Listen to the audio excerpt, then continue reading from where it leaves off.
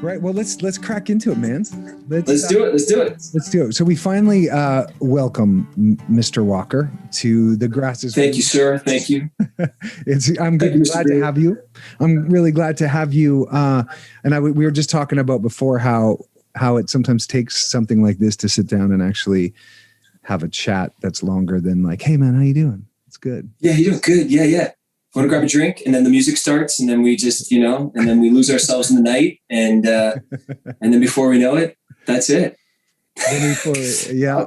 I appreciate you reaching out to me to be on the podcast, man. I really like it's awesome to finally get this time with you, and there's been so many moments in our life that I feel like we've wanted to hang out, and have really constructive conversation, and you've been, it's funny because you're like one of those people that I feel like you're in my life a lot, but we just don't get that time, and I think it's also the age we're at, and I have 2 young kids, and COVID didn't help much, I know. So I know you come up so often in conversations when I'm talking to people, especially within the world of the, the movies we make and stuff. And on social media, your name comes up so often inside, like fans are like, if you ever see Andrew Walker, can you ask him like people, it's so funny. It's like, yeah, let me call him up and ask him tell him that you like his shorts or his muscle. Well, you should, you can, and you should.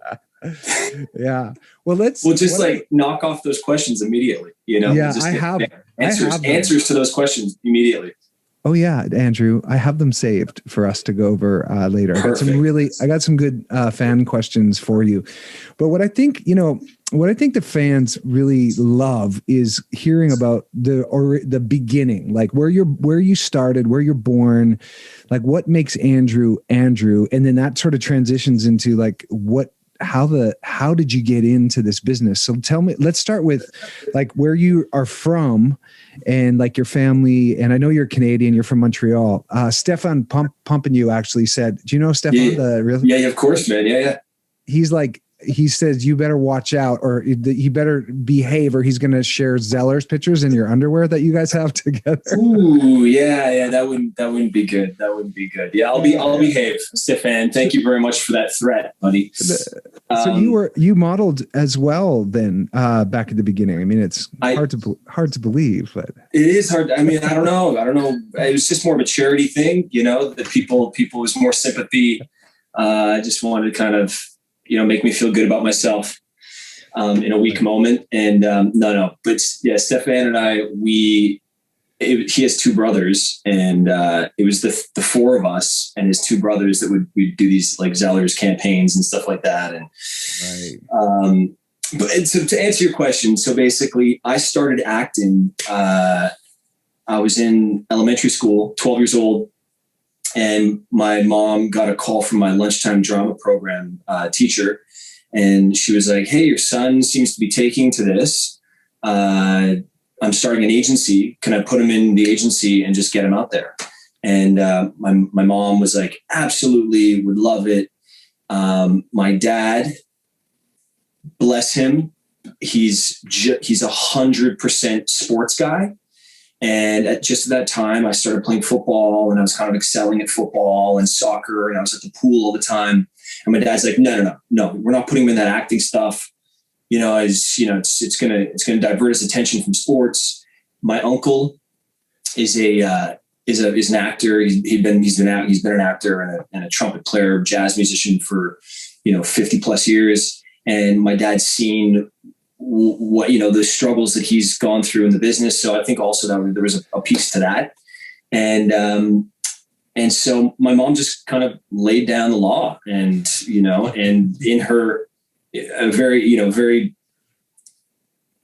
a moment that usually doesn't happen with her, because she has been a little as I said, bless my dad, she has been, and I guess it's just it's that generation. But my dad's in his early 80s, but he kind of he was old school, and he did definitely suppress her a little bit growing up. And so this moment, she was like, no, he's going to do it, get him into the arts. And man, did I love it. And I took to it. My dad really did an about face. He just, a couple months into being in the agency and getting out for some auditions, he would leave work, pick me up at school, take me out of school, drive me downtown Montreal, which was like a 30-minute drive from where we lived. And my dad was a school principal. So, for him to leave school and then take me out of school to give me a shot at these auditions was a pretty big thing for him to do. And so he would take me downtown, and I booked my first project around 13 years old. And what was it? Are You Afraid of the Dark? What is it? Is it a series or? It was a series called Are You Afraid of the Dark that was on YTV back in the day. Do you remember that show? Are You Afraid of the Dark? I grew up with 3 channels on a farm, like a French channel, and then a black. I honestly know okay. So it was a big show. Jay Baruchel was one of the leads on it. He was like one of the main campfire kids that would tell the stories and stuff. And then basically you start at the campfire with the series regulars, and then you go to the Figmented kind of world. And it was kind of a thriller for kids, like this like spooky thriller TV series for kids. And it was really popular. Went on for about 9-10 years. And that was my first gig. And my dad was like, well. And what were you feeling like when you were doing that show? Because were you already, because you have football records that still hold, right? Did those football records happen before 13 or after? Well, that was way after 13. That was during my like core football years when I was, between the ages of 16 to 19. 19 years old is when I got injured. But basically, just to like rewind really fast, I didn't like that. Honestly, I didn't like my first job because I had to memorize the lines, and I just it lost the fluidity of just the creativity of just being, just doing whatever you want to do. And there was homework, and wasn't good with homework.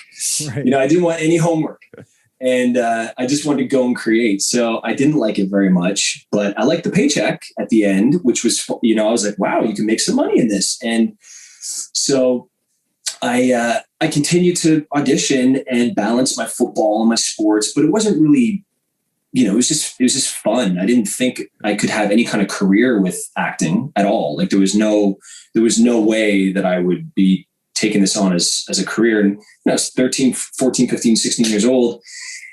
And I'm also a little competitive with I'm very competitive with myself and other people. And so I think what really kind of lit the fire under me a little bit too was once I started getting into the acting circuit in Montreal, and started seeing some of the guys that were working a lot more and booking some more of the gigs. I was like, okay, how do I get better at this? Mm-hmm. And so I put the work in a little bit more. And but football, to go back to football now, was really taking off for me, and the expectations from the coaches and my teammates, and I just loved football and really thought that was my in to university, to college, to American college. And so around 17, 18 years old, I started getting letters from the States, some interest in scholarships. And 18 years old, I had my best year of football. I got a bunch of offers that came through, and I picked Boston College to go play at Boston College. And it was in spring training, just before I was taking off to go to Boston College. I had to play one more semester at my CEGEP. For viewers that are watching, well, Canadians would know, but the entire province, it's like the US, basically. You go to grade 12 in high school, and then you go to university afterwards. But Quebec, the province of Quebec, is the only province. You have a question? Yeah, you have a grade 13, right? You have an extra grade of school. No, we end high school is grade 7 to 11, and then you go to CEGEP for grade 12, 13, and then you go into university 1 year. You've already knocked out 1 year in university, so it's basically just like an intermediary to go into college, where they want you to. It's like almost like a middle school. So you're not in with the big kids just yet. You're leaving high school. You're kind of in, a junior college of sorts. Got it. And so I was at CEGEP, And the CJET that I was playing football at was CJET football is the best football you can play in Canada. And a lot of the guys I was playing with got scholarships. And it was I had to play one more year to go to Boston College the following year. And I tore my ACL in spring camp coming back from an acting gig. And I was running on late to the field. And my coach, it was the final day of practices. And he's like, Walker, get the F on the field. And he's like, you're doing this, this acting crap, da da da. And he starts like giving it to me. And he's like, get on, you're going to do your 10 plays and you come to my office after. And I was the starting running back. And, there was 25 other running backs that were looking to make a spot on the team.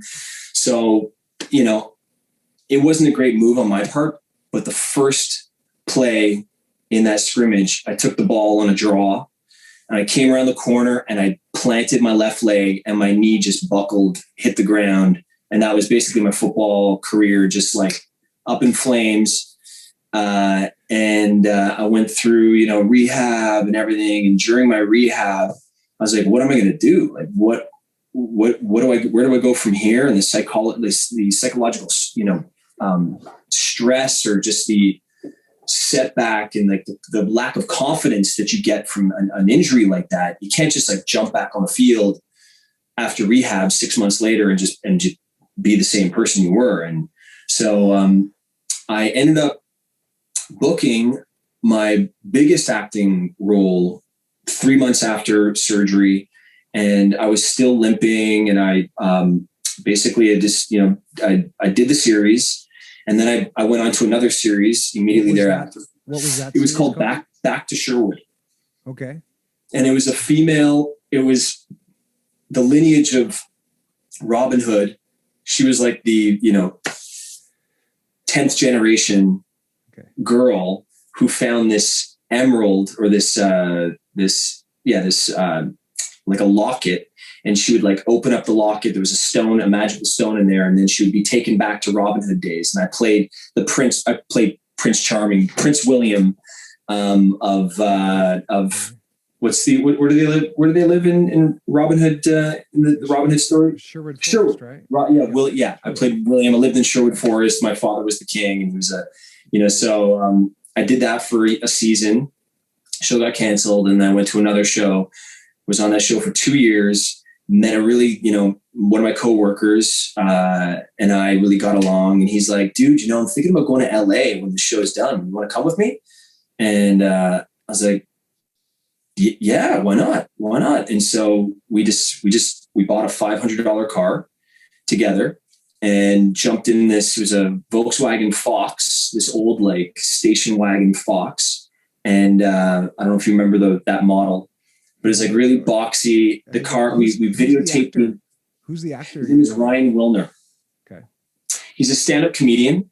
Yep. And, great kind of time.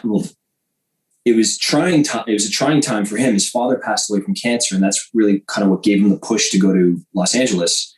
And he's like, you know what? I want to pick up. I want to leave Montreal. Just kind of, find if this is what I want to do in my life. Acting. He was a stand-up comedian as well. But his dad had passed on the business. His dad had built this incredible framing business, this really reputable framing business in his basement. He was around 16 years old. And he gave it to Ryan and his brother to inherit. And Ryan's brother immediately jumped into the office, but Ryan jumped in a car with me. And Ryan basically gave me the confidence. They say you just need one person to believe in you. And at such a vulnerable age, and also I was so excited to just come to LA at 21 years old. I was like, LA, this is incredible. I felt like it really, like I had been here before. I felt like it made sense to me when I landed here. I was like, okay, this is like a lifestyle that I can get into. But Ryan and I, we would just play video games, and it was a really clean, like we weren't big drinkers. We weren't heavy, like, we didn't smoke a lot of marijuana or anything. We were just like, just clean video games and work. And we would just run scenes, run lines, laugh. And I would come to every single one of his auditions, and he'd come to every single one of my auditions. And we would just like wait in the car, or sometimes wait in the hallway, and we'd just run lines with each other. And I'd been in LA for 2 weeks. I tested 2 times. I flew to New York. I tested for As the World Turns, that old soap opera. I don't think it's on anymore. And when I didn't get As the World Turns, I came back to LA and I was like, you know what? That was my run in LA. I have like a little bit of a runway left of money. I'm going to stay another 2 weeks. We'll see what happens. But Ryan and I were having a great time. And another week later, I get an audition, and Ryan and I worked like crazy on the material, and ended up testing for it. Got it. It was called Maybe It's Me. It was on Friday nights. It was like the TGIF part of that lineup, with like Sabrina the Teenage Witch. And anyways, there was a few shows that aired on that Friday night. And the show lasted for a season. Fred Willard was my dad, which was incredible. And he was like, that experience to work with him was unreal. Oh, wow. And so just to have Ryan in my life during that time, I don't think I'd be in LA now if it wasn't for him kind of like, you know, helping me with my material and just keeping me loose and keeping me out of my head and just like making things more fun than anything, you know? So that's kind of how, you know, in a large nutshell, how. Do you get crazy like flashbacks if you watch This Is Us? Because that exact thing happened to Justin Hartley. One of the fans actually asked if you get mistaken for Justin Hartley. Have you ever seen This Is Us? I auditioned. Justin has been like, it was Justin and I on every single test all the time. Like Justin and I were always neck and neck. Did they steal your story for This Is Us? Because he was a big football player, tore his ACL in the show, and then he became an actor, but his dream was always football. It's the exact story that you just shared with me. I've never seen an episode of This Is Us. I swear to you, it's amazing. Or is it just you like watching yourself on screen? We have mutual friends too. Like we have people that know each other, but it's funny because I get asked that a lot, and sometimes I'll even be out and people will be like, they'll double take and be like, Justin? I'm like, no, I'm not Justin. Right. I'm not Justin Hartley. But I gotta watch that. Who knows? I don't. Maybe one of the writers in the show knew my.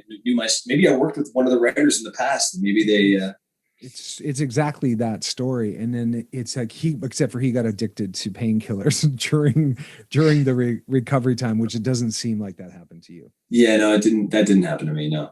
And he lost his dad in a fire.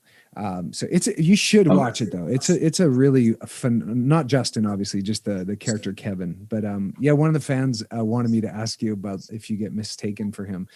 So what were you feeling like when you got to LA and like you tested twice in the first 2 weeks? Yeah. And then you went to New York and you came back and you were almost going to give up after 2 weeks. That doesn't sound like you. I wasn't going to give up. It was a financial thing. Oh, you're running out of cash. Got it. Okay. Like, honestly, Paul, I feel like, this is all out on the table here because this is what these things are for. But people should know this. But so the show that I was on with Ryan in Montreal, I would leave set, and on my way back to my parents' place, I was like 19 years old. Yeah. I would stop at the Montreal casino and I would play blackjack. Okay. And I burned through pretty much my entire budget that I was going to come to LA with in a matter of 2 months.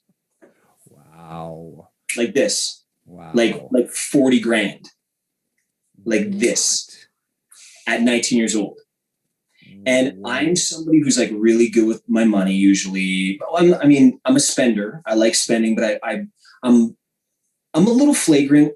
But as I get older, obviously, I have responsibilities now. I have a family, I have 2 kids, I have mortgage, I have, but I do put my money into like risky things. Now leveraged with safer things. But I basically spent my entire budget that was going to make me very comfortable in LA for months, So I gave myself like a month, or like 7 weeks. I knew I had 7 weeks basically of a runway to spend. And so it was not just me. It was I had a gambling problem, and at 19, how did you get over it? Like, how did you, I mean, obviously the pain of not having any money in LA was probably some of leverage on yourself, but like, at 19, how long did it last and how did you quit it? It lasted for 3 months, maybe 3, 4 months.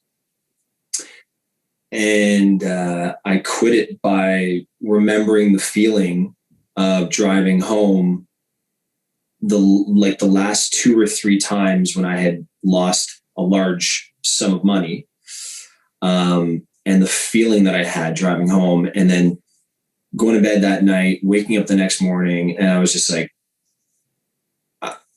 I'm a loser. I can't believe what I've done. I basically am just burning this opportunity that I have to come to Los Angeles. And I had things lined up in LA. Like I had a manager, and I had a friend that I was going to do the drive with, and I was really looking forward to this drive. So, it was the best. It was the absolute best thing that ever could have happened to me at the age that it happened to me, because now if ever I get the opportunity to, like, I play stock, I'm in the stock market. I'm very like safe. I invest in like Apple and, Walmart, and, I do a few riskier things here and there, but it's seared into my brain, that feeling of being so helpless and losing, money and not that, and money. And I think, for me growing up, my dad was a really frugal guy. He knew that I went through this period, and he would always ask me, he's like, all right, so you won this, what'd you lose? And I was like, well, no, I won that, I won a good amount, whatever. He's like, you got to stop going there. But he never really, which is funny, he was very very adamant about putting my money into safe things, safe investments. And he helped me a lot when I was younger, making some money through acting, putting it in different savings accounts and stuff like that, and some mutual funds, whatever. But it was just, to go back to your question, it was just the feeling of helpless, that helpless feeling of losing money that I had earned. And I guess, it's one of those things that like easy come, easy go, but you forget that at that age, it was like acting just kind of came easy to me, and work came easy to me. Yeah. And I think now when I look at how difficult it is to book a job as an actor, and how, how fortunate we are to just have one gig that lasts just a few episodes, like 6 episodes. If you can get on a run of like 6 episodes and just like figure out a way to last your year. And if you can have that 1 year and think, in like micro wins, or like, just like, okay. So it's just everything all encompassing. I think it was just the feeling and just knowing how difficult it is now to book a job. I'm 41 years old now, and it ended at 19. So yeah. So you haven't had to go back to playing blackjack. I remember we went to a casino in Vancouver, and I like playing poker. Like I love playing poker, but I'll very much limit myself to like a little bit of per diem, and I'll go there and play. But I had a little phase of online poker, and it was the same thing. I was up this much, but when I look back, it was like, an online poker is very hackable. And so there was bots on there that I was like, why am I losing? But it was a phase. It wasn't very long. It was like a few months. But when I look back on it too, I was like, whoa. But it's not that easy for some people to break addiction. Do you have anything that you could share, like for somebody that might be struggling with some kind of addiction? Like it sounds like it was just, you had the support of your dad and Ryan, and you had the leverage on yourself to survive in LA, or you might have went through all of it. Yeah, I would say, it's a loaded question. I think that there's reasons why there's rehabilitation centers, and how there's so many different people that bring you through a rehabilitation process. There's the psychiatrist, the motivational person, and this is something I just know from, having friends and people that have gone to those centers. I think the biggest thing is you have to sit with yourself and really think about how whatever it is that you're doing makes you feel from a psychological or from a physical point of view. If you're abusing anything, will ultimately the after effect, if it's immediately after or during or the next morning, you're going to feel something negative. And I think that I'm in a place now in my life where I just want to feel positive feelings from both perspectives. I want, and I think that like we also have nowadays at our fingertips, we have, listening to your podcast, we have meditation apps, we have yoga studios, we have everything's online. YouTube, you want to YouTube something or YouTube somebody who can kind of like help you shift gears, plant a seed of change. There's so much access out there now at your fingertips that you need to make the choice to change and realize what it's doing to you, how it's making you feel. For me, it was depression. Like I would literally be depressed driving home. I have a short memory. I can get over things really quickly. Oh, really? But I wake up in the morning time and when you feel like something went on the day before, you're like, why am I upset? What's that feeling? What's that feeling in my gut? Oh yeah, because I did this yesterday, or I feel this way, and so for me, I just, I'd sit in that. I'd force myself to sit in that. And then I started breaking down like, okay, I spent this on that day, this on this day. And it was tough. It was tough for me to kind of go through all of that. And I think, for somebody who's struggling in another type of addiction, if it's, writing down in a journal or something, or how it's made you feel, or how much of whatever you've been taking or doing to your body, and just like taking a note of, and then saying to yourself, seeing it and going, for me, it was my finances.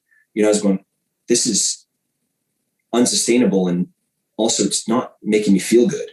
So, right. So that's I think that's a really great measurement, is like, just to get really present to what your habits, how they make you feel. Right. And it's like, it takes a certain amount of awareness to be at that place, I think, because sometimes when you're in the funk, you're just sort of in it. And, a lot of people want to be grateful or more positive, but it's one thing to say, just focus on what you're grateful for, or focus on all the good things. But for some, it's really challenging to go, like, there's so many things going wrong that they're focused on it. Or if you're in an addiction, it's like, you're sort of swimming in it, and it's so great that you could step back, because had you run out of money, who knows if this Andrew Walker would be here making movies, meaning like that addiction could have cost you, this career, if you think about it.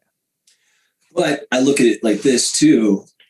I'm a glass half full kind of guy, but yeah. If I didn't go through that and I had 4 months, 5 months, 6 months to be in LA and make something happen, then I probably wouldn't have put so much attention on my material, and also like really feel like there was no alternative to not booking. Like I had to book projects. And also, you being Canadian, I'm sure you have your story of like, when you came to LA without your visa, with no green card.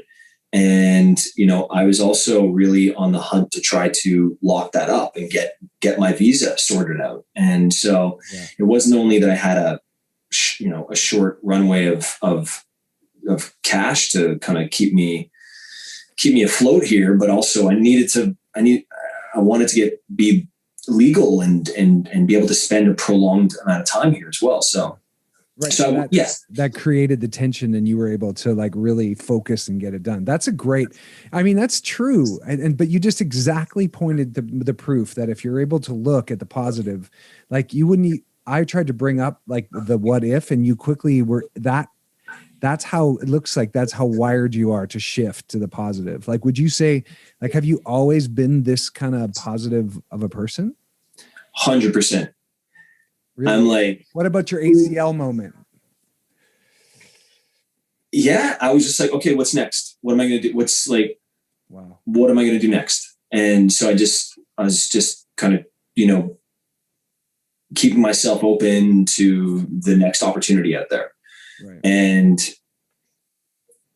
I didn't think, like I mentioned before, I didn't think acting was a long-term solution or a long-term gig or a lifelong gig, but I knew that it was something that I could, in the interim, be excited about and say, okay, well, I'm going to turn my focus to auditioning now.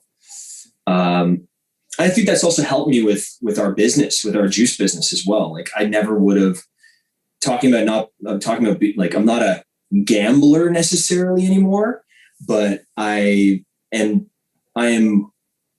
love taking risks, and I don't think like it makes me feel alive in a way. Like having this juice business has been so challenging, and I hate using the word stressful, but like it definitely, I've woken up and I've had days where we don't know how we're going to get by the next day. And, you know, just thinking, you know, being present, being in the moment, and just knowing, because you know how fast things change in the acting business from one week to the next. Your whole life could change. You could have an audition tomorrow look at Justin Hart. We're talking about Justin Hartley. Yeah. Look at the run that he's had on This Is Us. Look at the run you've had on When Calls the Heart. Right. When Calls the Heart opened up this whole other world for you in a way where, you know, with the Hardys and your music, and it gave you the ability. And yeah, that's what happens. Like acting, the byproduct of that is also recognition and financial stability in a way. I don't want to say stability, but if you have a long enough run, you can kind of, you know, shift your, put some of your finances into different things and try to keep yourself a little more stable as life goes on. And, but really week to week, things change so much. So I think that, like, to go back to also addiction, people who are addicted to something, one shift, 1 week can lead to a completely different life the following week. And I think that's the exciting part about life, is that you always have the ability to change. And I think we're meant to change. We humans need to shift and to be uncomfortable. And, you know, it's good for us.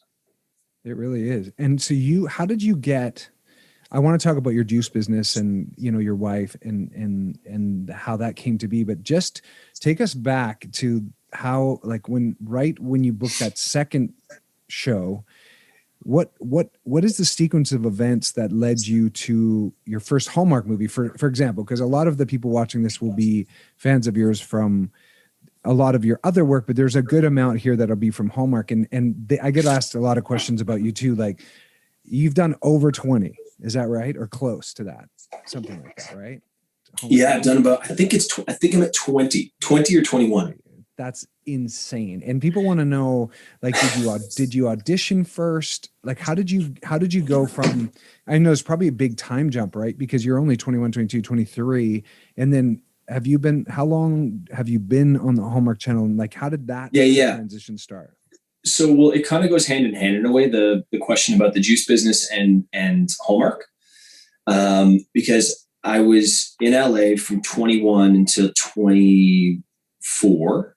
Okay. I moved back to Montreal at 24 years old. I didn't work for about a year and a half and just wanted to get back to my roots, get back home. My friends were leaving university and stuff, coming back to Montreal. So I wanted to spend some time with them. That's when I met my wife, my now wife, Cassandra. I convinced her to move back out to LA with me about a year after we had been together. And so 25, 26, I moved back to LA. And at that time, I booked probably a role that I'm probably the most proud of, I'd say, in my career, which was with this actor named David Strathairn, who's in Nomadland now, but he got nominated for an Academy Award for Good Night and Good Luck. He played Edward R. Murrow, and he and I were in like a two-hander about a neo-Nazi skinhead who kills this Middle Eastern man, and he plays my Jewish attorney, who brings me through the trial process, and he becomes kind of like a father figure to me. But basically we butt heads. There's, he's Jewish. I'm a skinhead, and basically you never think that we're going to be able to work this out, and he ends up changing my whole perspective on things, on life. And what's that called? So people can watch it. What's it called? Yeah, it's called Steel Toes. Okay. Is it a movie? It's a movie. Like a super indie film. Oh, indie film. And so I shot that back in Montreal, actually. So we were back in LA and whatever, but I went back to Montreal to shoot that. Then I came back out to LA again. And it was only around a year or so later that my wife and I decided to start this juice business. And so we started the juice business. I said, I need to take some time off anyways. I finished this role. I did a couple back-to-back episodic things on like CSI Miami, CSI New York, Without a Trace, ER. And I felt like things were kind of like happening again a little bit. I was testing for some projects and whatnot. And so I said to Cassandra, I'm like, you know what, we have this opportunity to start the juice business. I'll take about 6 months off, and I'll get it off the ground, and then I'll get back to my acting. Around a year and a half in to us starting the juice business, I didn't get basically a call back at all for about a year and a half. I completely threw my career by the wayside. My acting career was like, I was riding kale back and forth from our shop, from our juicing kitchen. I was juicing all night long from midnight till about 6 a.m. Cassandra would tag me out. She'd be at the storefront, working at the storefront the entire day. She'd call me and say she was out of I need more cacao nibs. I need more of this. I need more, oranges or whatever it is she needed. And so I would just be on the run. And so it was at that time where I was so resentful of our business. Right. I'm like, I just want to get back to acting. Yeah. And I got a call from a manager. He's like, hey, Hallmark sent you an offer to work on this movie called Bride for Christmas. And I said, Hallmark, aren't they the greeting cards? I didn't even know they did any movies or TV shows or anything. And what year was that? That was probably it was around 9 years ago now. Okay. So yeah, whatever that was, 2012, 2013. Yeah, something like that. And so I went up, I did the job. Yeah. And it was just an offer. You didn't know what it was an offer. Like, come do this movie. It was an offer. And I was talking to the director, Gary Yates, who now I've worked with 6 times. And I said, so like, how did this even work out? How did this happen? There's a lot of other actors out there probably like willing and ready and that have a better name than I did at that time and or do. And he's like, man, I watched you in this Skinhead movie with David Strathairn and you blew me away. He's like, and I said, I was a skinhead, Gary. Like you saw me as this character in Bride for Christmas from a skinhead movie that I did. Wow. And he's like, you know what, Andrew? I felt like you could do this, and I wanted a different take on the character. And he's like, I thought you were the right guy for the job. And so it was actually the Skinhead movie that got me the Hallmark movie, and the Hallmark movie came at a time where I was just so over, just being at the beck and call of the juice business. And so, so it was an interesting turn of events, how that happened. And then I got a call a few months later. Bride for Christmas kind of did pretty well. And I got a call a few months later to do another one. And then it just kind of started snowballing from there. And honestly, I've said this to Michelle Vickery, as well. And at the time, Bill Abbott, but Hallmark was not just a job for me. It was actually, it allowed me it was staying power in my acting business, in acting. Like I don't think I would have carried on acting if it wasn't for Hallmark. Okay. and also I don't think our business would necessarily be around if it wasn't for Hallmark, because I would do my gig and then I would put a large chunk of my money back into the business to get us to the next level. So it really, it kind of came, it was twofold, yeah, it's just unbelievable now, 20 movies later. 20 movies. And sometimes, like you said about Ryan and now with Gary, it only takes one person to like see something in you, right? Like I had a volleyball coach and he was the only one that didn't think that I was headed for prison. Like seriously, he was a vice principal and his name was Larry Ethier. He passed a couple years ago. And at his funeral, I said that I'm like, sometimes it only takes one. And just like, and he saw something greater than all of my failure and all of my misbehaving. And he believed in me a way that actually allowed me to step up into like the bigger Paul, not the one that was like out trying to get attention or in some way. And, Bart Fisher is the executive at Hallmark that saw me in Bitten, where there's like nudity and stuff. At least in Canada, there is. In the US, there isn't nudity, and Bart saw my character too. And that's how I got my first Hallmark movie. And it, for me as well, it really shifted, my whole approach to my whole business too. And I've been able to have another business as a result of that as well. Yeah. Yeah. It's amazing. I'm glad you said sometimes it only takes one, because that's really special to me. And it's like, has there been anyone that you've been able to be that for, like that one where you saw something in someone? That's a good question. I think employing all different types of people when we were, for our juice business was really, it was fun. And it was also just, I felt like, I learned a lot from these people that we hired as well. So I think that we definitely gave people a start in Los Angeles, people that moved in from different parts of the world even. And they, we've sponsored people's visas. Right. I think I would say one person in particular, I would say my niece.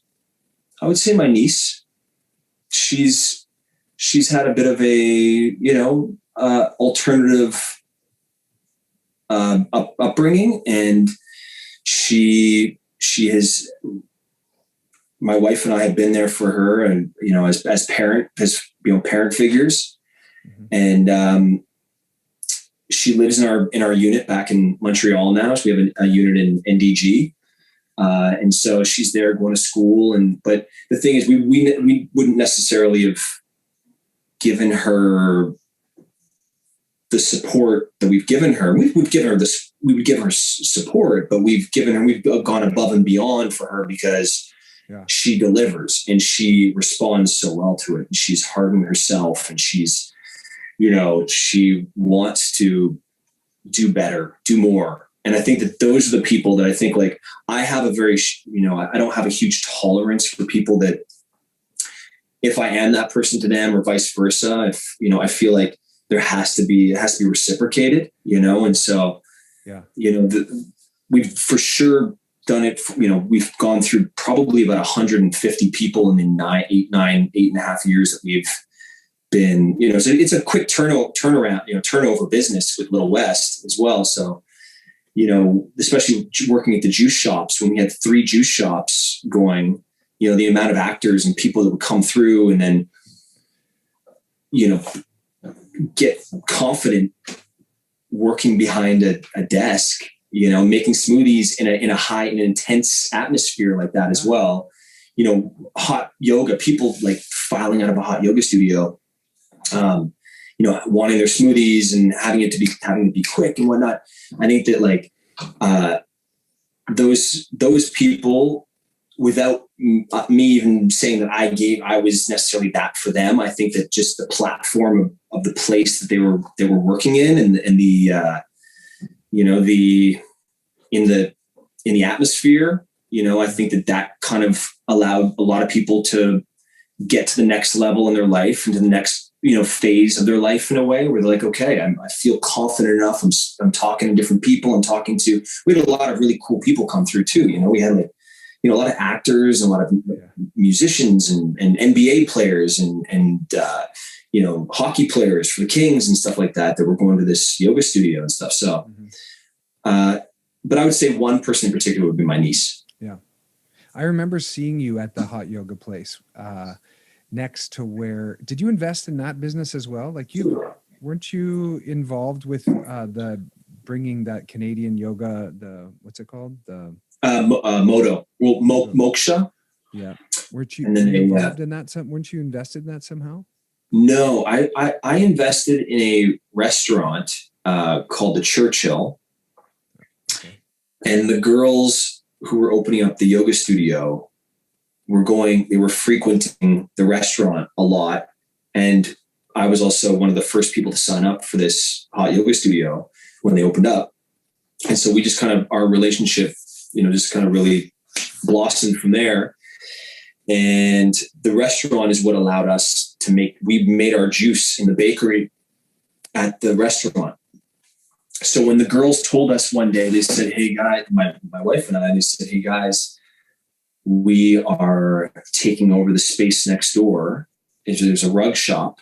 We're expanding. Don't tell anybody, but we're super stoked. And we were just having a glass of wine with them one night. And then that night we went home, my wife, Cassandra, and I, and we said, maybe this is an opportunity for us to open up some sort of health and wellness bar, of some sort. We didn't even know it's going to be juice or what. But we went back the next day and we thought about it that night. We're like, let's do juice. Let's do smoothies. Let's do soups and salads. Let's do it all in house. Let's make sandwiches, which was way too we're way overachieving, but the girls, they ended up agreeing to it. And that's how it all kind of came about. I remember when they were putting that in there, and because I was doing yoga there quite a bit, and I remember when it's funny, like I only saw you once or twice, I think, in yoga, but it wasn't even like it was like you knew someone I knew. It wasn't like do you remember we met one time, I think, in the hot afterwards, we were all sweaty there, right in La Brea there. Do you remember that? Yeah, I do remember that. Yeah, I remember that. And then we went to one in Vancouver as well together. Yes, I remember that too. So is that how you stay so fit? Because like you are a lot, that's another fan question too, is like, what do you do for your fitness? Because you are like, is it just natural from your sports background, or are you pretty committed to, obviously you're committed to your fitness, but is there something that you do that you just love doing for your fitness and your nutrition? I feel like I'm always just barely holding it together, but I appreciate fans saying that. Well, no, listen, you lift up your arm and you've got this big vein on your arm. So you don't sit around playing video games anymore like you did with Brian. Like you're well, maybe it's just picking up your kids. Maybe it's exactly. It's just the kid. Well, now it's just it's perfect. It's like 1.5 years old and he's like 45 pounds. So I'm just picking him up with one arm, picking him up with the other arm. But no, I'm super committed now for sure. I'm so committed to mind and body health and alignment, and just, I wake up, I found a rhythm in my life now where I wake up around 5:30 in the morning. I go do a little work, reading scripts or just quiet time work, because it's very, few and far between the time that I actually get like real quiet time. So I get that like 45 minutes in. And then fortunately, just before COVID happened, my wife and I, a girlfriend of ours, closed a Pilates studio, and she was selling off a whole bunch of her reformers. And we bought a reformer, we put it in our garage.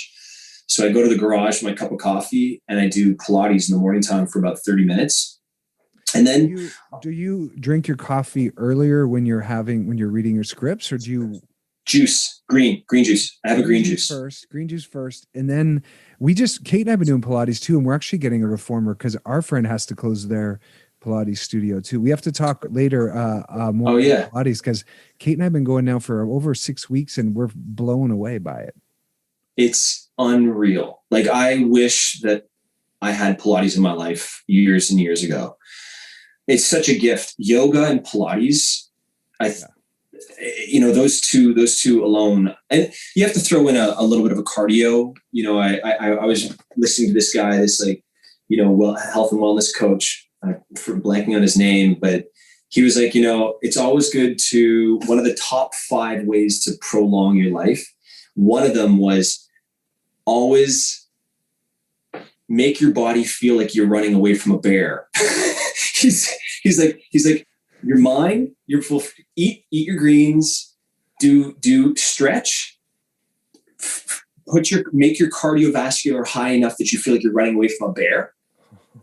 Cause he's like, you want to get your heart rate up so high at points in the day or a few times a week where you're just, and it's good for your heart. You're kind of expanding your lung capacity. You're expanding your, so fortunately we live on a really steep hill here, and I'll do my Pilates and I'll just like do a little jog up and down the hill. And it gets me to the point where I feel like I'm running away from a bear or some big animal. Obviously water, but to give you my morning breakdown is basically 5:30 in the morning. I break open a Little West green juice, and then I drink some water and I stay hydrated for about 45 minutes. Then I have a coffee, and in my coffee I put collagen peptides. I put 4-Sigmatic mushroom blend. So I put like it's lion's mane. So it's basically a whole chaga reishi, a whole mixture of, it's 10 different mushrooms and cordyceps and stuff like that. Mm-hmm. And then some CBD. I put a little dose of CBD in there.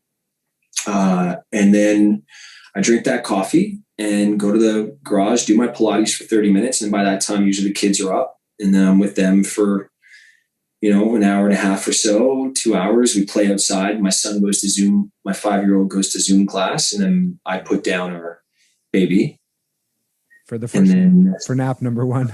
Nap number 1. Yeah. And my wife and I have been, Cassandra and she's definitely not a nanny person, and I'm probably a little bit more of a nanny person. But I've really enjoyed this time spending with Wolf, with our youngest, that I didn't get to spend with West, right, because our business was just so crazy at that time when he was Wolf's age. When West was born, you shifted the name from Clover Juice to Little West, right? Yeah.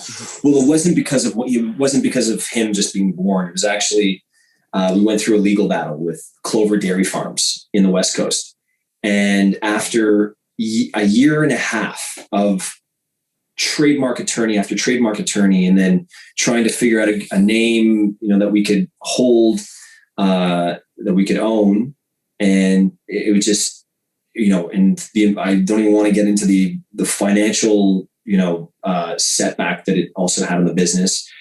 But we finally we were flying at Christmas time back to Montreal, and I just turned to Cassandra and I'm like, why don't we name the business West something, something West? And I just was like, why don't we just call it Little West? It's not pretentious. It's little. It's not Big West. It's not like, it's Little West, because we're a little West Coast juice bar, and right, West is our son. And we're, so it was, inspired by him and the West Coast, obviously the love for the West Coast that we have, and the produce, everything's local, everything's hyper local. So.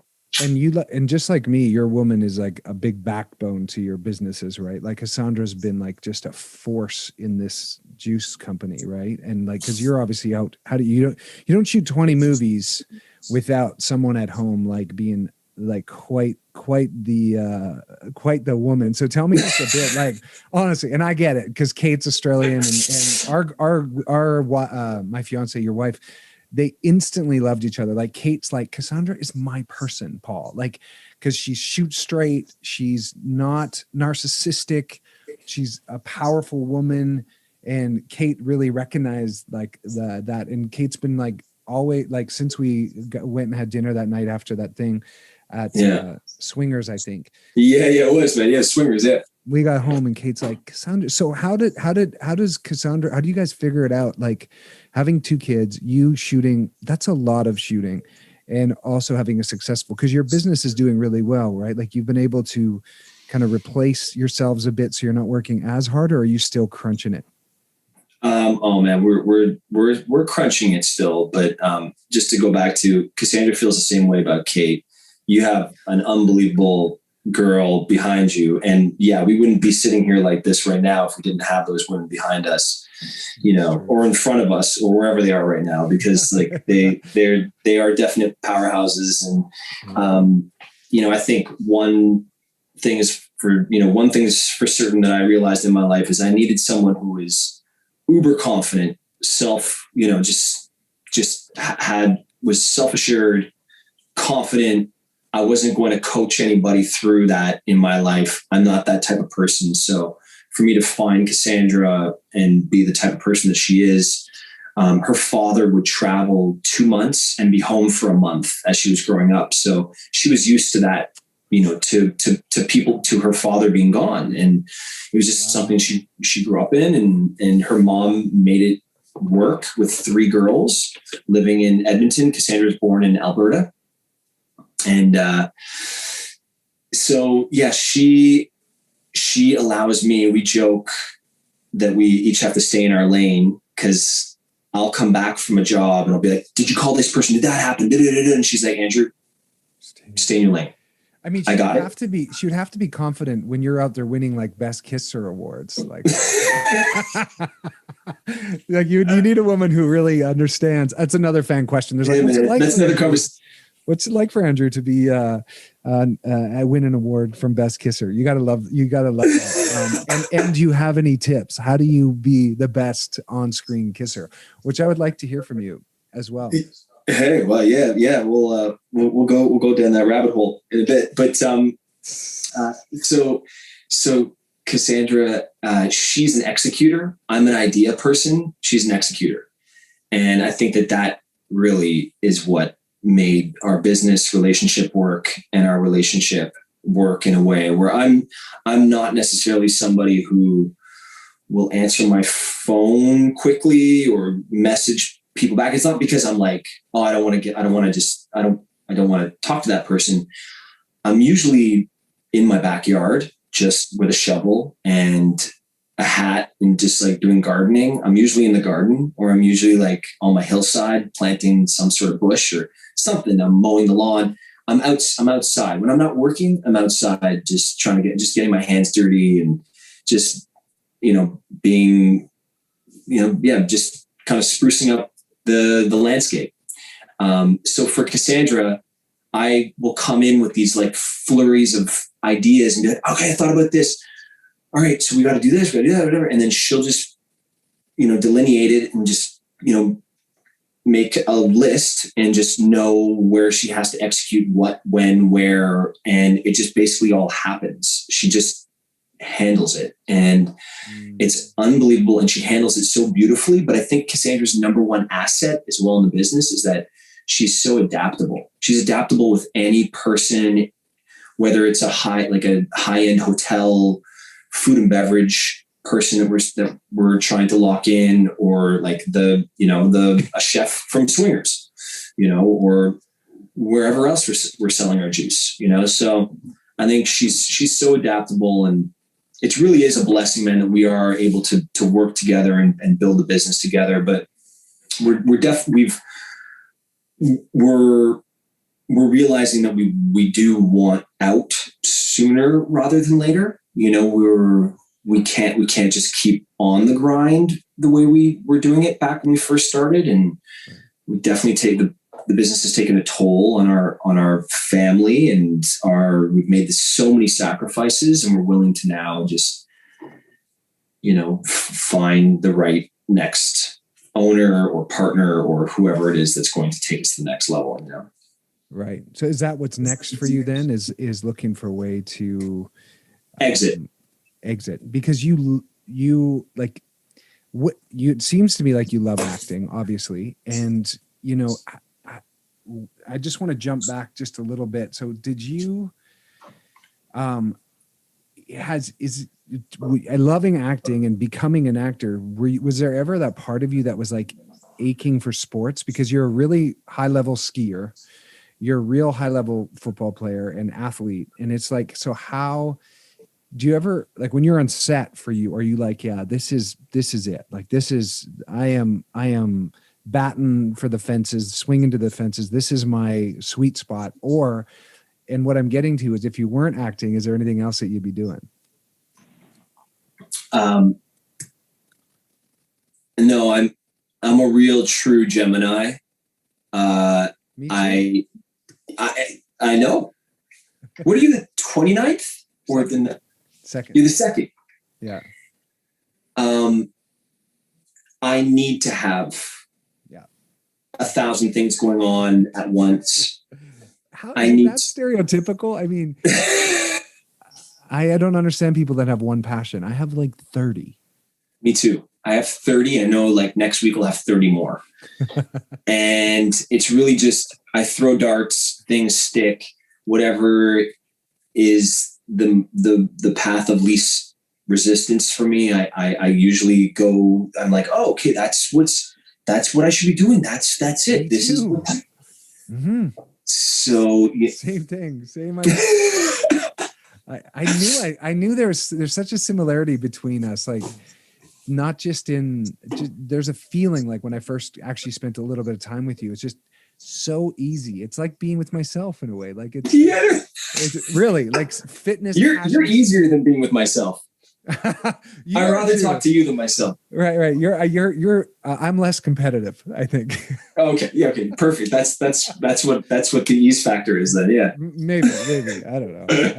I think I'm pretty competitive with myself, but, so there's nothing like, if you could choose one thing, like you wouldn't be, I don't see too many other careers and I'm like, I want to do that. I'm just like, I kind of dig the way things are flowing. Is that similar for you? Yeah. 100%.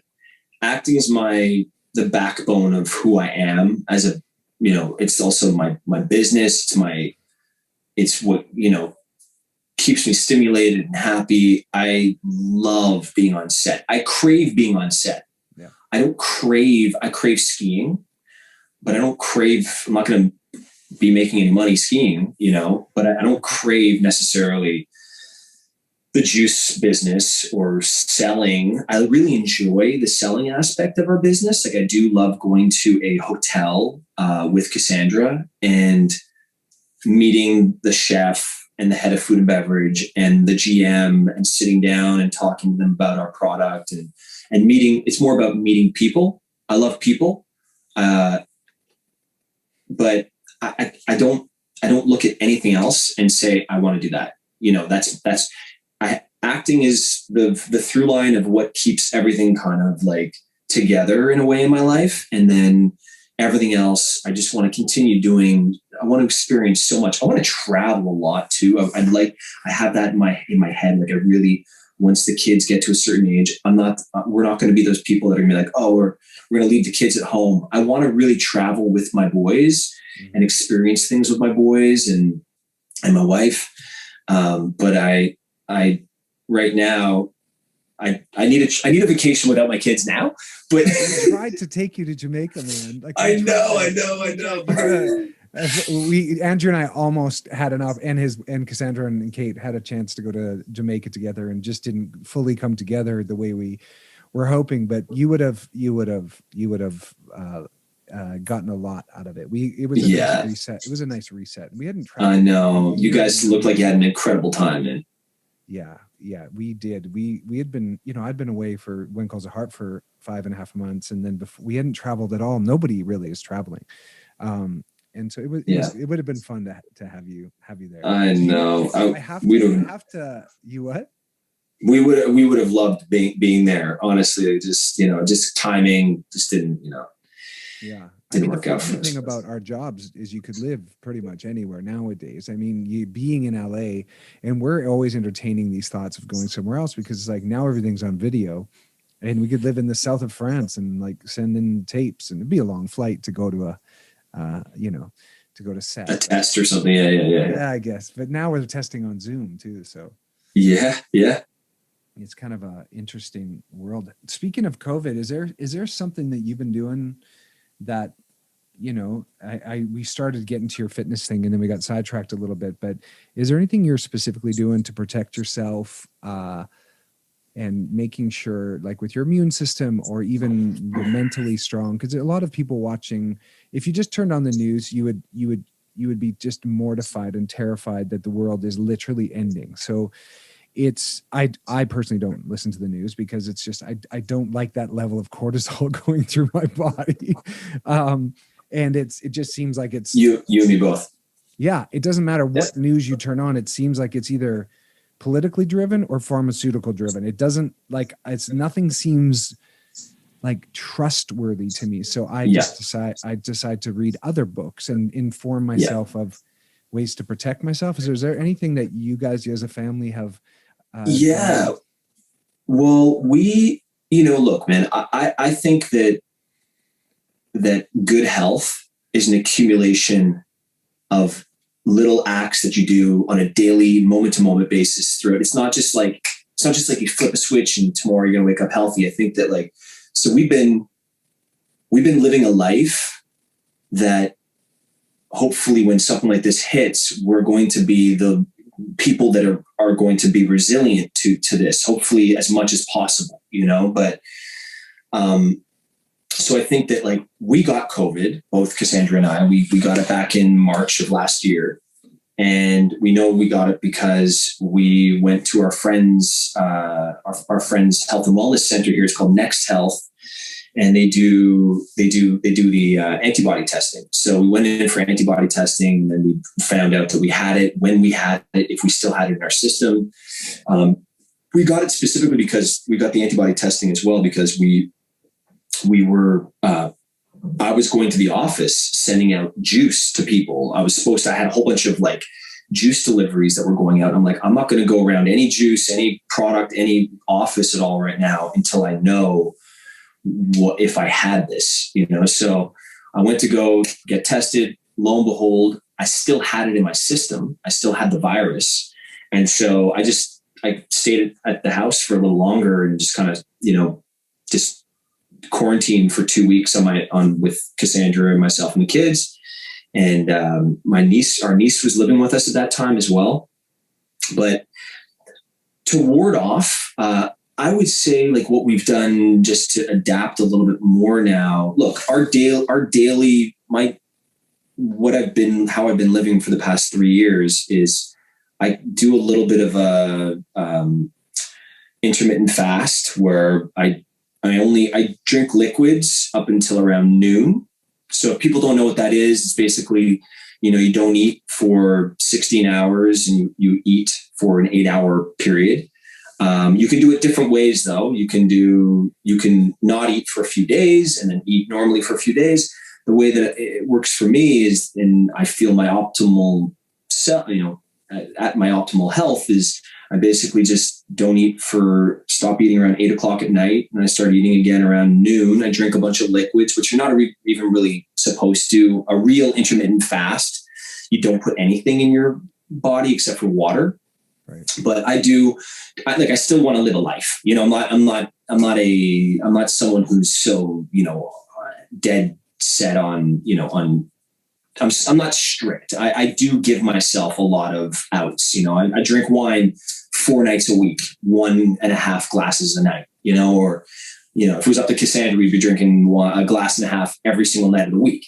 Yeah, but Kate too, that's kind of our thing. We discovered this great bottle shop called Bar and Garden in Culver City, and they send us biodynamic organic wine. And so that's all we drink. We drink biodynamic organic wines. The biodynamic stuff has been incredible you for don't us. Get that sulfate flush. The sulfates. Yep. And it's the same almost price. Every meal in the evening. That's what we do too. That's what we do too, basically. So I've just upped my zinc. I've upped my vitamin D. I put vitamin D more than I ever have. And I read recently, which I was kind of adding too much, I guess, vitamin D, but you're not supposed to, you just take the dosage that is set on the bottle or your pills, or however you're taking your vitamin D. You don't want to put too much vitamin D in your body. And I drink tons of water in the day, but I'm not I don't overdo 1 glass. I just try to stay hydrated throughout the day. So I'm probably drinking, a couple liters in the day. And I've cut back a lot on any kind of dairy. I don't eat, I eat some cheese on the weekends here and there. If there's a cheese board out, I'll dig into it. I'm not going to be, again, just living in moderation. I'm not going to stop myself from just having a cheese board. but really it's just, it's a lot of, I have so to go back to it is don't eat until noon. I have my salad. I have a salad with a lot of pistachios. I love like the crunch, and we do a vinaigrette and some avocado. And sometimes we'll put like, if we have some leftover fish or whatever it is on top of the salad, some grains and whatnot. And then I'll eat dinner. I'll snack a little bit between dinner, but then I'll eat dinner. And then I drink a lot more. I'll have another juice maybe in the mid-afternoon. Yep. And some fruits and veggies, whatever, but weekends. And then I have my glass of wine at night, with my dinner, with the kids. And as a parent with two kids, our kids' age, I need a glass of wine at the end of the night. Yeah. Sure. It sounds like you're like a Gemini, where you bring a lot of fun to it. Like it has to be fun. Like and there has to be some zig to the zag. I mean, if there's a cheese board, 100%, I'm going to have a glass of wine with that cheese board. And until I met Kate, I never really had wine. Like Aussies, they have alcohol as such a part of their culture. She goes back there and they're at a party and she's like, I don't really drink much. And they're like, what? Because she was hanging around me. And she's like they're drinking vodka for breakfast. Oh yeah, exactly. Yeah.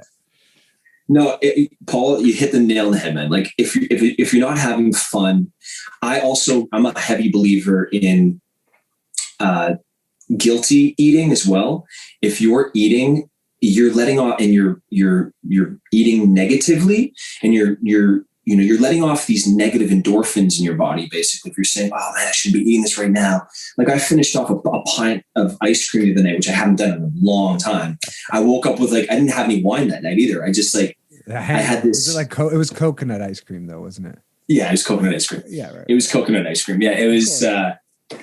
The brand is called Coconut Cult, and they're incredible. They do yogurts, and you can order it online. I think anywhere across the country. I'm looking for a good alternative to ice cream. It's basically it's pretty expensive for the pint, but let me tell you, it's ground up coconut meat, like Thai coconut meat. Mm-hmm. Blended, and then they add the whatever flavor you got. So we got like this double fudge, I got a matcha and a cookie dough one. Yeah. It's super creamy, flavorful, delicious. Wow. You don't even know. That's the thing about eating healthy nowadays. If you find the right alternative to whatever it is that you were eating normally, sure, you don't even taste the difference. That's true. It's a bit more expensive, but it's not more expensive than the hospital bill you'll get when you, prevention. It might be a bit expensive, but it's a lot cheaper than a lifelong chronic illness from eating processed, mineral deficient, hydrogenated, packaged crap. Right? Like absolutely. People really do get upset because not upset, but one major excuse is the price of, say, organic food or a Little West juice or something. Yeah. But when you they'll spend that on the seventh pair of shoes that are exactly the same, but they won't spend it on their health. And I'll tell you what, Paul, I don't eat differently. Cassandra and I don't eat differently now than we did. Yeah. There's a couple more things, like we have a juice company now, so we're able to drink juice on a more regular basis, but we don't eat, the core of our meals aren't different now compared to what they were when we were buying all of our ingredients from the dollar store.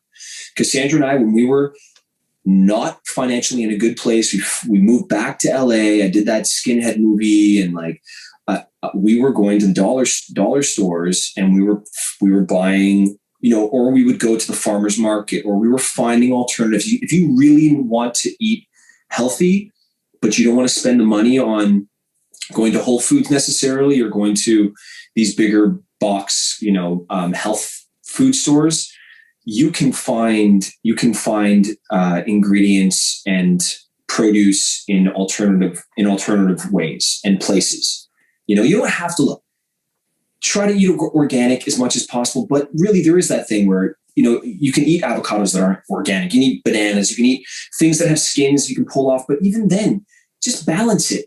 And even if you don't eat organic necessarily, you can't afford the organic lettuce, have a salad for lunch with some other good ingredients. You don't have to have the organic necessarily, but just, it's a car, it's a burning, it's a what you're burning, what you put inside of your body, and you're going to feel it. It's going to come out in ways, whether it be depression or soreness or achiness or inflammation or whatever it is. So I think that money aside, there are ways that you can have a good diet and stay within the budget. I agree. You just got to work a little harder at it.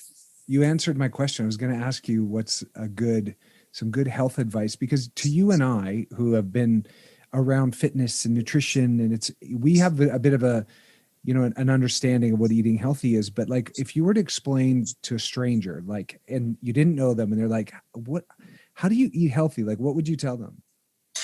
I'd go back to saying, like, the accumulation of little things throughout your day are really are going to impact you down. If you look 3 months down the road or 6 months down the road, and, you always want to try to think of, like, you're preparing to ward off that one thing that might come your way, in the future, or just like keeping whatever it is at bay, whether you have preconditioned things or, pre-existing things in your body, from that's hereditary. I have heart disease in my family. I have Alzheimer's and dementia in my family. I have, there's things that I'm aware of that I need to do in order to keep these things at bay. And, hopefully I'm doing them. But I basically, there's so many little things, like, I put apple cider vinegar in my water all the time throughout the day. I just do like a little tiny dose of that. And that's actually helped me a lot with acidity, feeling acid reflux, or just digesting food. That's a really good, simple thing that everybody can add to their diet, and it will make their digestive enzymes work better. It'll stop acid reflux, and it's a very cheap hack. And just get some organic with the mother in it and add a little bit to your water. And even after a big meal, I'll have apple cider vinegar, and it just helps the digestion. It's amazing. Yeah. Keep fibers away from you as much as possible throughout the morning time, especially. I do eat, I'll have a piece of toast, whatever, or avocado toast for lunch with a salad, or I'm not like 100% against bread or grains or anything, but I do think that cereals was a product for manufacturers to make money on their waste. Cereals were brought to us by like General Mills and Kellogg's and all this stuff because they had a whole bunch of these, like, they had waste, but they were like, well, what do we do with this waste in our factories? Well, we'll just cinnamon and sugar, we'll bake it, cinnamon sugar, we'll put it in a box, we'll call it cereal. So like cereals are, they're okay. Give it to your kids every once in a while. And there's much healthier alternatives now out there for cereals. We get some stuff at Trader Joe's and whatnot that you can give your kids. But I think for adults, just staying away from that type of thing in the morning time, especially because it makes for all kinds of like gut, unhealthy gut, bacteria and whatnot, so I think just, having a lighter morning and then easing your way into a heavier-ish lunch midday and then easing off is kind of the way that I kind of look at my diet in a way. And I'm no health guru by any means. I'm just somebody who pays attention to how my body feels. And I think now more so than ever, even back in my football days, I was so unhealthy. I'd go to Kentucky Fried Chicken and get like polish off a bucket with a buddy of mine, another football buddy of mine. And just, it was like protein, fat, and just eat. But my clarity and in my focus, my energy levels, I wanted to nap a lot more. I felt a fog. If I really think about my later adolescent years, my teenage years, I wasn't at all as healthy as what I am now. Like, I feel like my energy levels, and I'm an energy junkie. That's how I base it off of. That's how I base my diet.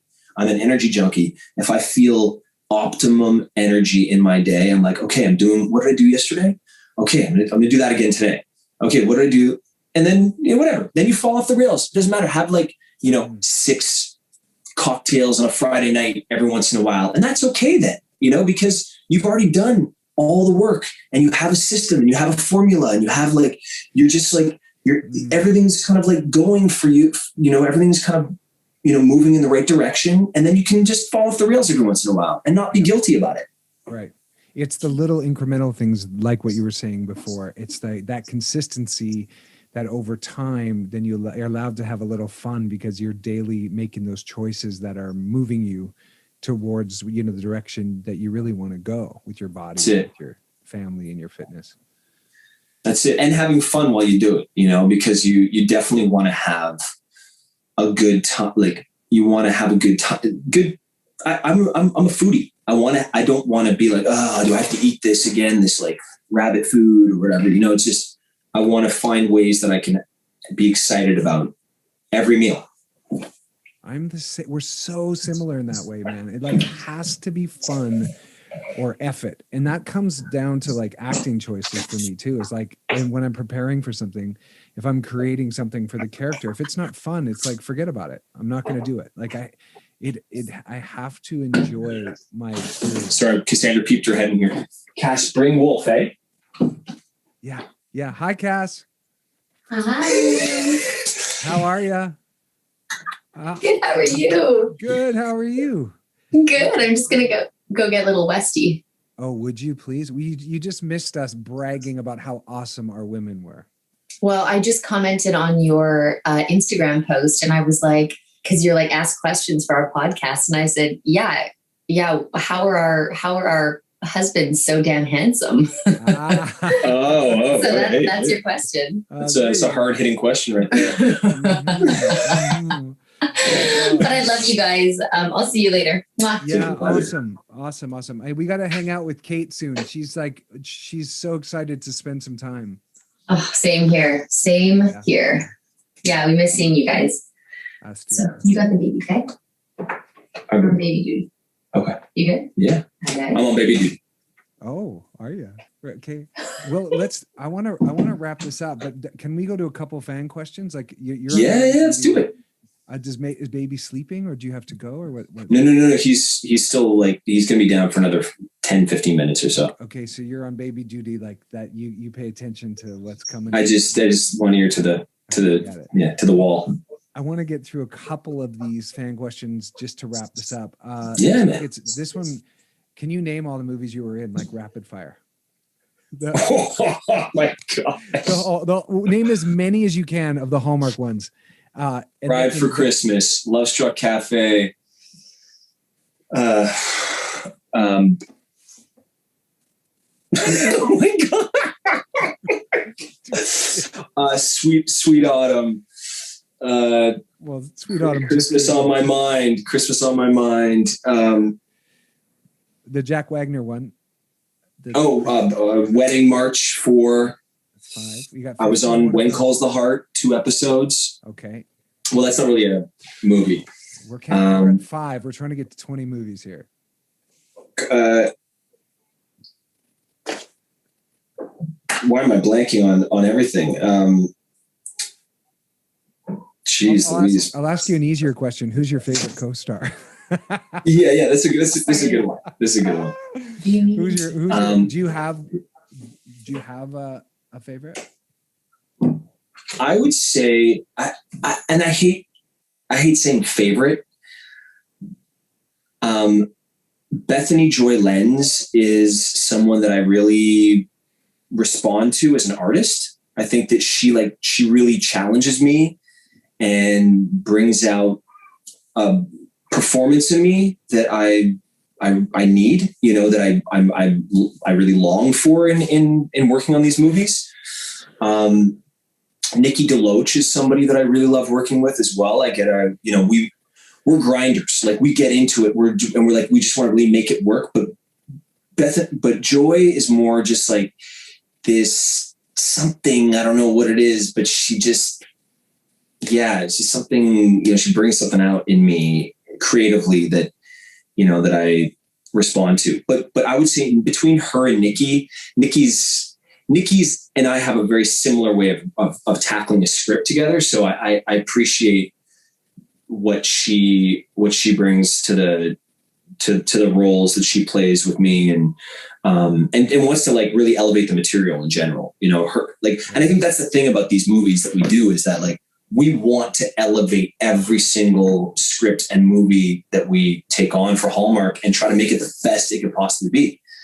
Because some of the times they're giving writers a chance as well, you know, and I think that I've been caught in these moments every once in a while where I'm like, I work my tail off at trying to make the script be elevated a little bit more. And it's a lot different from what I started with. Totally. I mean, that's our job. That's our job, right? Is to make the words jump off the page and tell these stories and bring as much of our heart to it. And it's like, but there's times you get scripts where in first draft, second draft, where you're like, how am I going to, like, what is going on? And then they always pull them together and they're always great. But it's like I knew you would have, I'm sure you had the similar experience where sometimes you get a script and you're like, I kind of get the story, but then it does evolve as you get closer to filming. And yeah. Okay. So here's the next fan question. This is from Lori Hickson. What other projects have you done? We went over that. And the movie you're most proud of is not, we're going to call it the Skinhead one, but it's called Steel Toes. Steel Toes. And that's easily the one you're most proud of. I'd say the character is something like I've outside of anything I've ever played before. You know, it's the most out of mind and body role that I've ever taken on. So I would say definitely I'm the most proud of that. I'm very proud of my Hallmark movies too, like all of them, because I think that people would look at it and go, oh, it's easy. It's like, you know, it's kind of an off the cuff way of acting, but you have to be very, I mean, how present you have to be with your partner. And also like, there's more, I don't want to say judgment, or there's a lot more stakes when you're closer to who you are as a person than if you're playing this like completely off the wall character, you know? And that's, I played versions of myself in these Hallmark movies, you know? So yeah. Awesome. Okay. Next one. Tracy Spalding said, what does it feel like to be the best kisser? And do you care to share your technique? I'm glad we're coming back to this one. So I thought we forgot about this question. No, we're not going to forget about it. And this came through the Deck the Hallmark, right? Through those guys. Yeah. Through Bran and then you won the award. I was actually in Jamaica because I did a little song for their podcast in the middle of it. Okay. It came on. And so what's your technique? How do you win Best Kisser on a Hallmark movie? Hey man, if we're playing tennis, you throw a ball, you hit a ball at me, I'm going to hit it back at you. And that's the way it goes. I am an ever present person that is just, I'm all about connection. And I go in and I'm a committer. That's really what it comes down to. I think like it's true. There's zero to too far. You struck a 0 to 100 though. What's that? It's 0 to 100 with me in anything I do. There's no in between gear. And so like, I just go from first to sixth and that's how I do it. And it's, I guess it's where it's paid off in a way. Well, congrats on the award. It's not easy in Hallmark to do it because you don't want to go too far and you want to stay, respectful to the genre, but you also want to be giving it your whole heart. And, I saw The Kiss. I think you did a good job of bringing, your everything to it. Thanks, Paul. Thanks. Yeah. I'd be lying if I didn't say there was a time when a producer came over to me and showed me playback on her phone of what the first kiss looked like. And she's like, would you say this is Hallmark appropriate? And I'm like, I didn't even know he did that. I didn't even know with that tongue happened. Or something. Was it just too much? No tongue. I never do tongue. It was just was just like a little longer and more open mouthed, but there was never every time. No. What's that? No, you don't, and you were, it was like a wanting kiss. It was like a lot to it. A lot to it. But Yeah. no tongue. No. And people watching it think that it's comfortable, but it's like there's 20 people watching you, and it's very rarely is it like, oh, that was a good kiss. It's usually so technical. So technical. Oh, so yeah. For it to look real and win an award is saying something, man. Well, thank you to whoever voted for that. I appreciate it. I'm sure they'll be watching this, and some people are going to be really disappointed there's no tongue. I'll tell you that. So Gino, with you, Paul, always tongue. Always tongue. Yes. Always, Andrew. Always. We do have to do a movie together. There'll be no kissing, but we do have to do a movie. I know. We joked about it, but that would be amazing. You, myself, and Daniel, we do like a 3 Men and a Baby or something. I know. You know, I'll throw Wolf in there. Yeah, and that's another fan question. They're like, "What? It's a family thing. How great would it be to work with your kids? And would you ever consider working with your kids?" So that's a yes, then, right? For sure. 100%. Yeah, I'd love to work with my kids. Yeah. I don't know if I push necessarily. No. I actually do think West would be a great actor. He's a performer through and throughout. But I would never push the industry on them. I would never push anything on them. But just, if you want to take it up, I'd love to have them in a movie. I know. Then you don't have to be away from them too. Yeah, exactly. Win-win. What's your favorite part, Andrew, of being a dad? This is not a fan question. This is a dad question.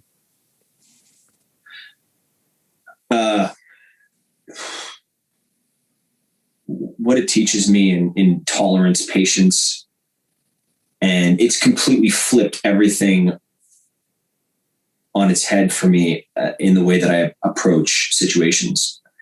I was a bit of an aggressive kid, obviously playing football and working out the way I worked out, and I boxed, and I did a lot of aggressive sport, rugby and all this stuff. But so for me, it was immediate meet aggression with aggression.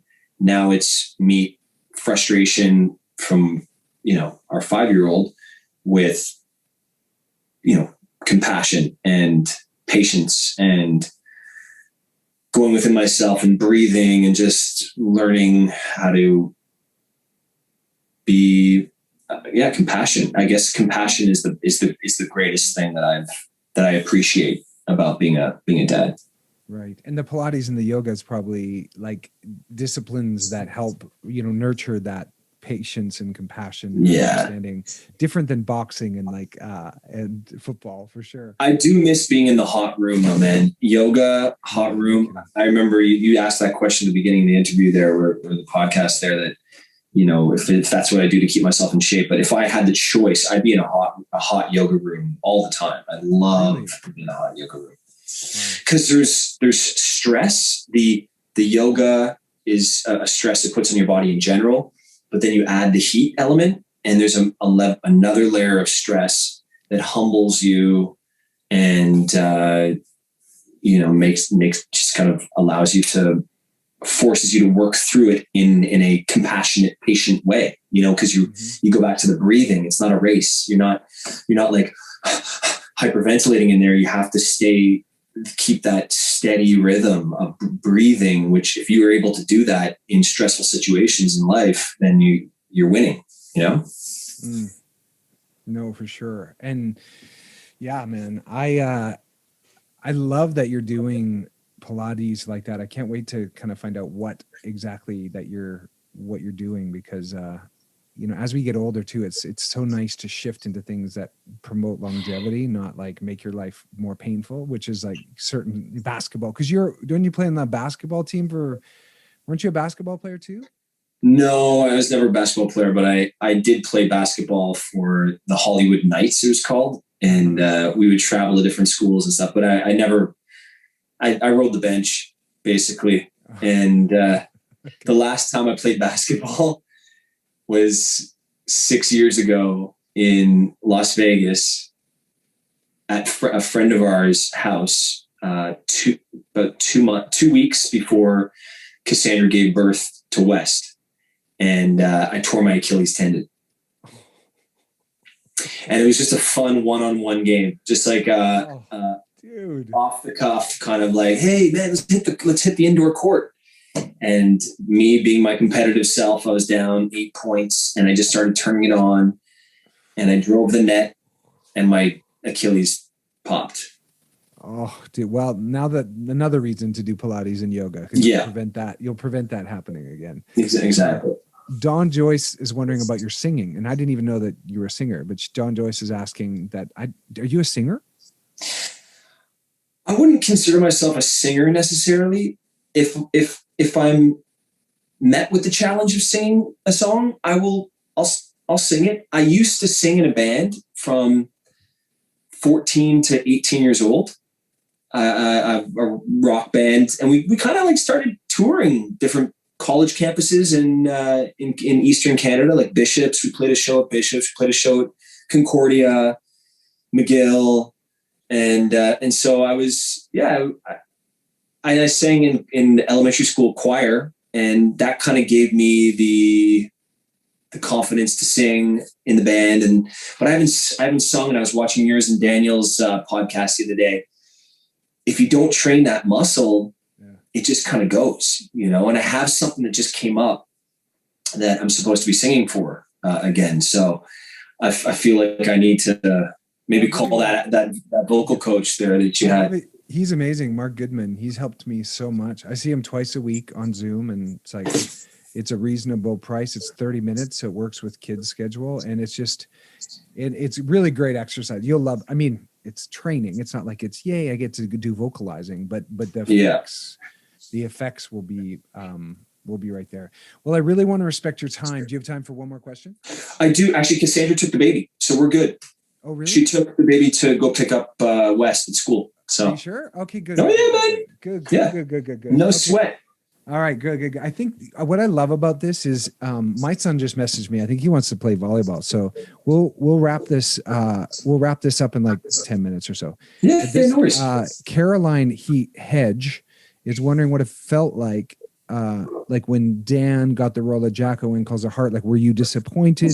Were you pretty stoked about that? Like, how, the Hardys, you were in When Calls of Heart for a couple episodes, and the Hardys are a movement and a half. There's there's a large amount of them around the world, and they're very focused and they're very supportive. Like, they'll turn out to your movies just because you were on When Calls of Heart, and they'll help your movie do better. And they're also just amazing people who I've got to know quite well through being on the show and playing Dr. Shepard. But what was that like for you?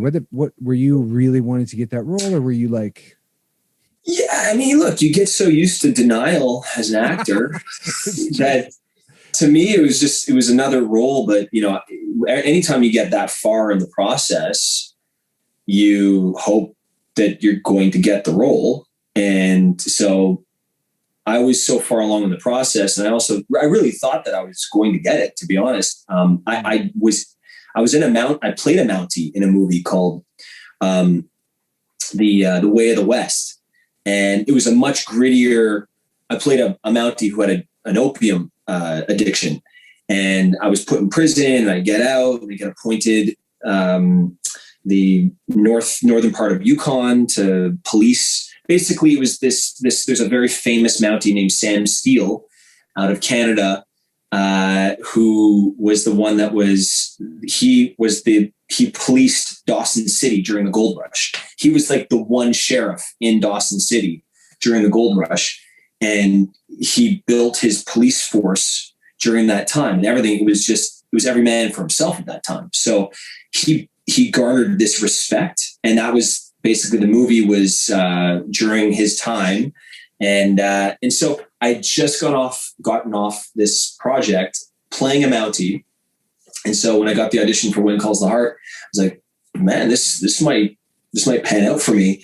So when I didn't get it, it was a little heartbreaking, but I also really wanted to work with Erin. We tested together, and I love her. She's such a sweetheart. And And so, yeah, I would have been able to work with you and everybody. But anyways, so what was really sweet is Brian Bird, he ended up telling me, he said, look, we're going to get you on the show. Don't worry about it, Andrew. And then so they offered me the part of Billy, and I came on, and Billy was a little bit of a setback for me, I think, in some of my Hallmark movies, because people now forever refer to me as the skunk. So right, with a mustache, you got to have a mustache, and it's like, I think you ruined my chances of Carson ever getting a mustache on that show. Yeah, I think I kind of buried the mustache bit for. They're asking you to have like you come back as your twin brother or something, like, which is they'll do anything. So they'd love to have you back. So I don't know if you. Well, that's been talks for a while. I'm down. I would love the good brother. When you hop on set. What's that? Talk to Brian. When you hop on set, go be a little birdie in Brad and Brian's ear. Yeah, and say like we got to get the good twin to come back and and come on When Calls the Heart. Now the Hardys are a phenomenal force. I'm sure they come out to a lot of your movies. That's the majority of the majority of questions and comments are people are like, I love everything. I'm just reading them here. I love every movie that he's in, and they show up to every one of them. Very loyal fan base. And this is from Sarah Beth. What is your biggest challenge in balancing your work and family life?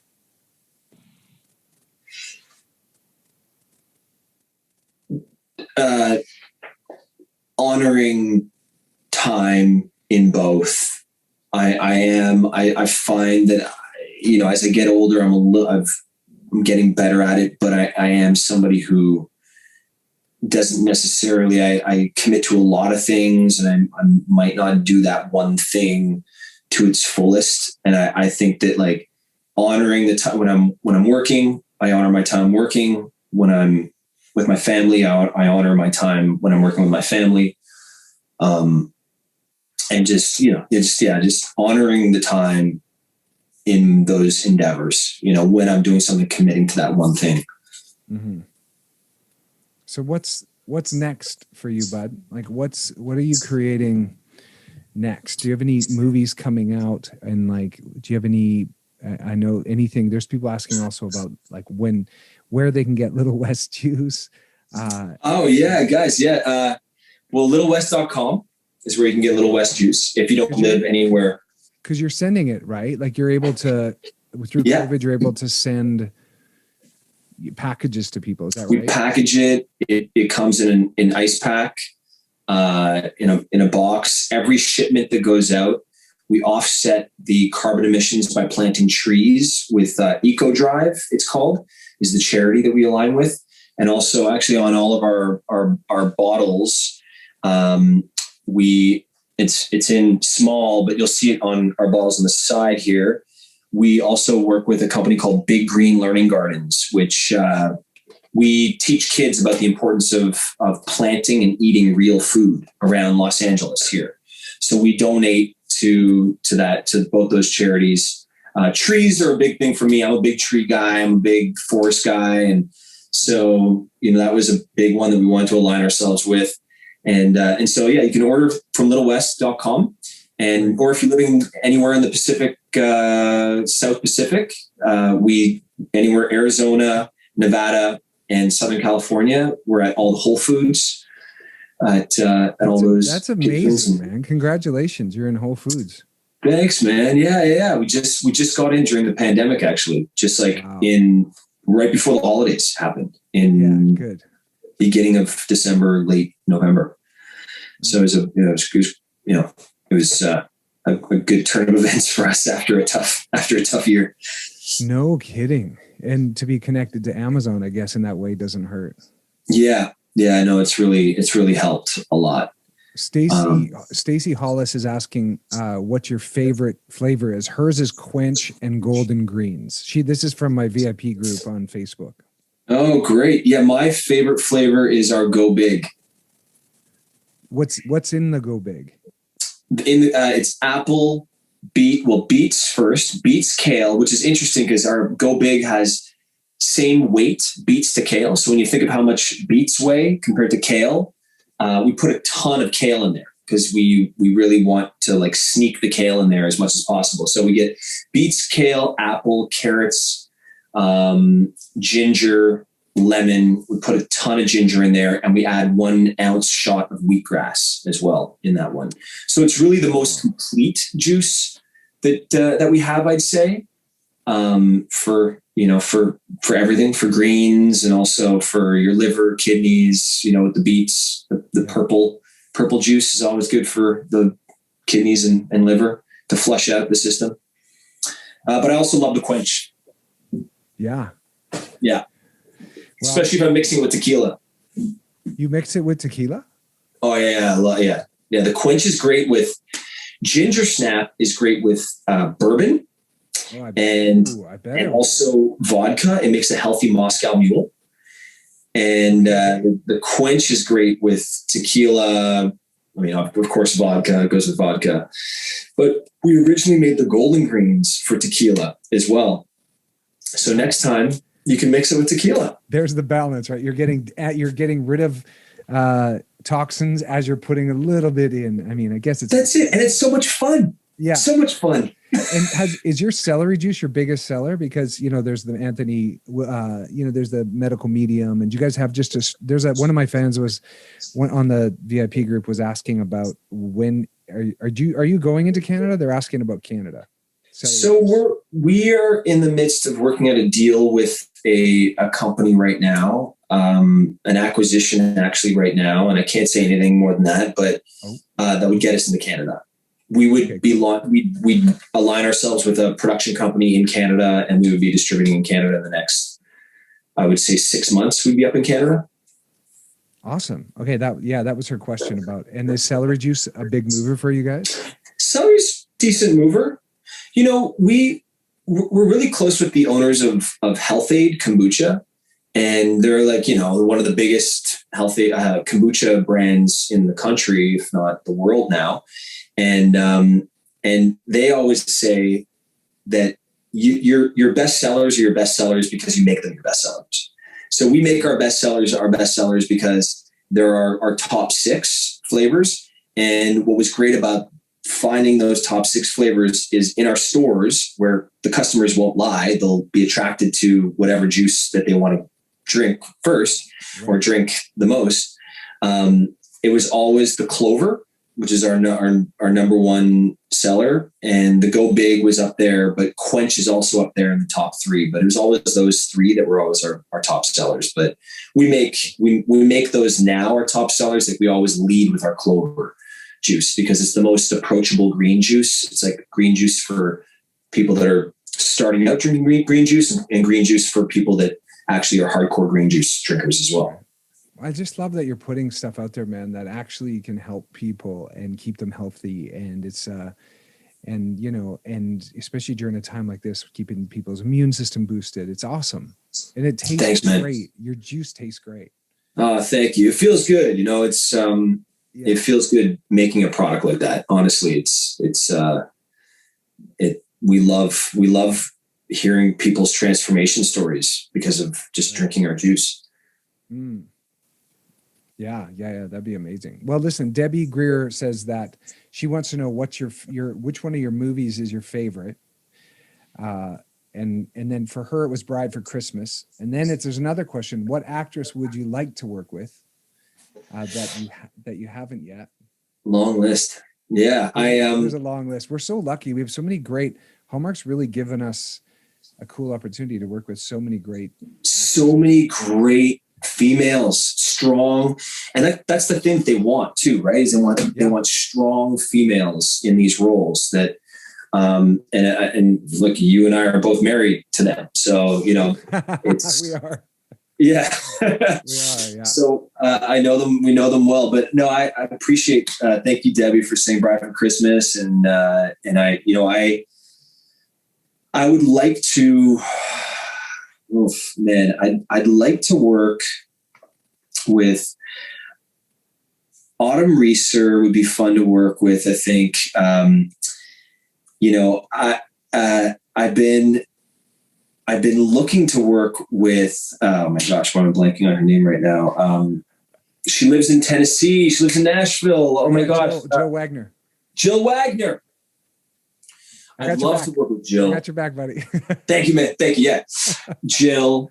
I'd love to work with Jill. I'd love to work with Erin Cahill as well, because we're friends. And me too. She's on top of my list too. Yeah. She's such a sweetheart. We worked together 10 years ago on a TV series in Berlin. So I'd love to work with her again. There's so many girls that I want to work with. I want to work with them all. I want to work with every single one of them, you know? Yeah, those are probably, up there my tops right now. Similar for me. Jill Wagner is up there for me, and Erin Cahill. I just think she's so funny. I love her husband too. He's hilarious. Yeah. Paul, have you met Paul? I haven't met Paul. No. He's great. You're gonna. Yeah, he's a great guy. Yeah, man. Well, it's been amazing speaking with you. I've wanted to know a lot. I wanted to know a little bit more about you, and I know the fans. It's so great that, how most interviews are like 7 minutes, and you're just like, how do you, and if you're like me, you're a Gemini, it's like, it takes time to express yourself and really get to the heart of like what makes Andrew, Yeah. No, I really appreciate you taking the time with this, man. And also like having, picking me to spend this time with you right now. And you could be talking to a lot of people. I also want to congratulate you on the podcast. Like, this is incredible what you've been doing and giving people this opportunity to know more about yourself as well, and to know more about the people that you're interviewing. And I hear that, you're number 214 in the country or something like that. Yeah. Right. Yeah. It was a nice start, and that just goes to saying how loyal our fans are too. So, we share with our social media base, and they, they like it, and then they review it and give it 5 stars, and that does something in the algorithm. So yeah, I reached number 213 or something last week, something like 5,000 downloads in 5 days or something with the conversation with Dan. So I know you're competitive. So this one, I'll let you know. I'm going to be like, okay, I'll let you know how many downloads we get. And all right, man. Yeah. But is there where can people find you? I know you said littlewest.com for the juice, but like you personally, you're AWOC? Yeah, so it's AWOC with 2 Ks 35 for Instagram. I have a Facebook fan page that's run by an amazing woman named Debbie. So I'm on that on a regular basis. I pop in and send videos, and so that's the Andrew Walker official fan page.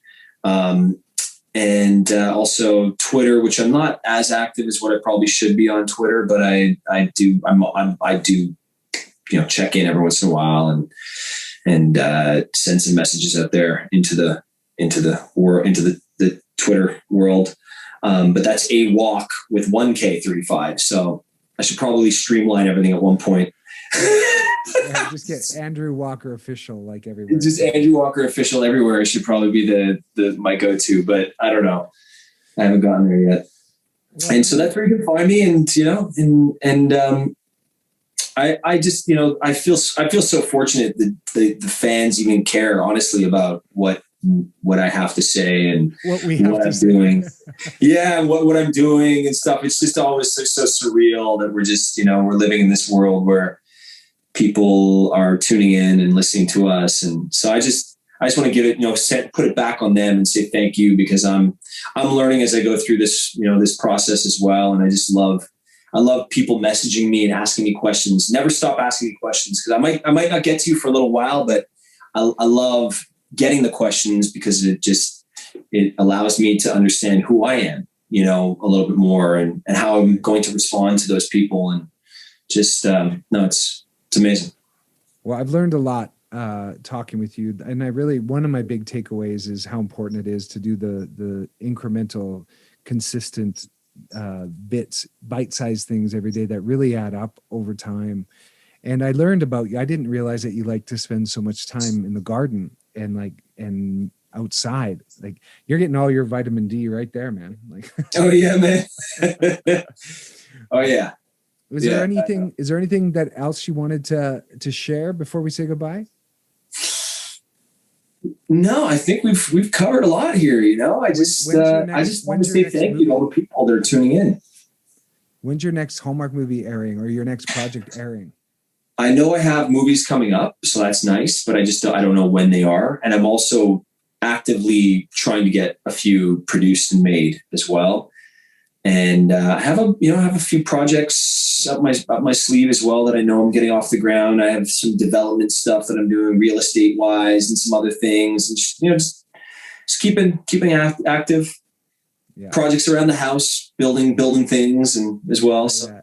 Yeah. And then hanging out with your kids like that. Well, we got to get 3 Men and a Baby on the production list here with you, Dan and I. We got to get something going. We're gonna get something going. Yeah. That'd be something that we could really create. And I know it would be really fun to get. Oh yeah. To do that. Well, thank you, man. Go follow thank you. Andrew, and check out all Andrew's amazing films that are out now, but also go to his IMDb page and give that IMDb some love, because that helps our ranking there too. But then you can see the other projects that Andrew's been in. And yeah, man, thanks for your time. It's really cool that really good to get to actually know you a little bit better. Thank you, Paul. You too, man. You too. It's been awesome. I'm so happy we got this time together right now. I know. Well, we'll get together with the ladies here really soon. And I know that what I love about you is that you are very grateful to your fans and you don't take them for granted. Yeah, no way. Yeah. That's why we're here doing what we do. Honestly, it's for them, and it's true. Yeah. So thank you guys. You got it. Thank you too, Paul. Appreciate it, man. Lots of love, bro. Lots of love. Bye. Awesome. You're good, man. You can just keep it on. I'll just stop the recording. And it wasn't recording. What? Man, you can just keep it on. I'll just stop the recording. And it wasn't recording. What?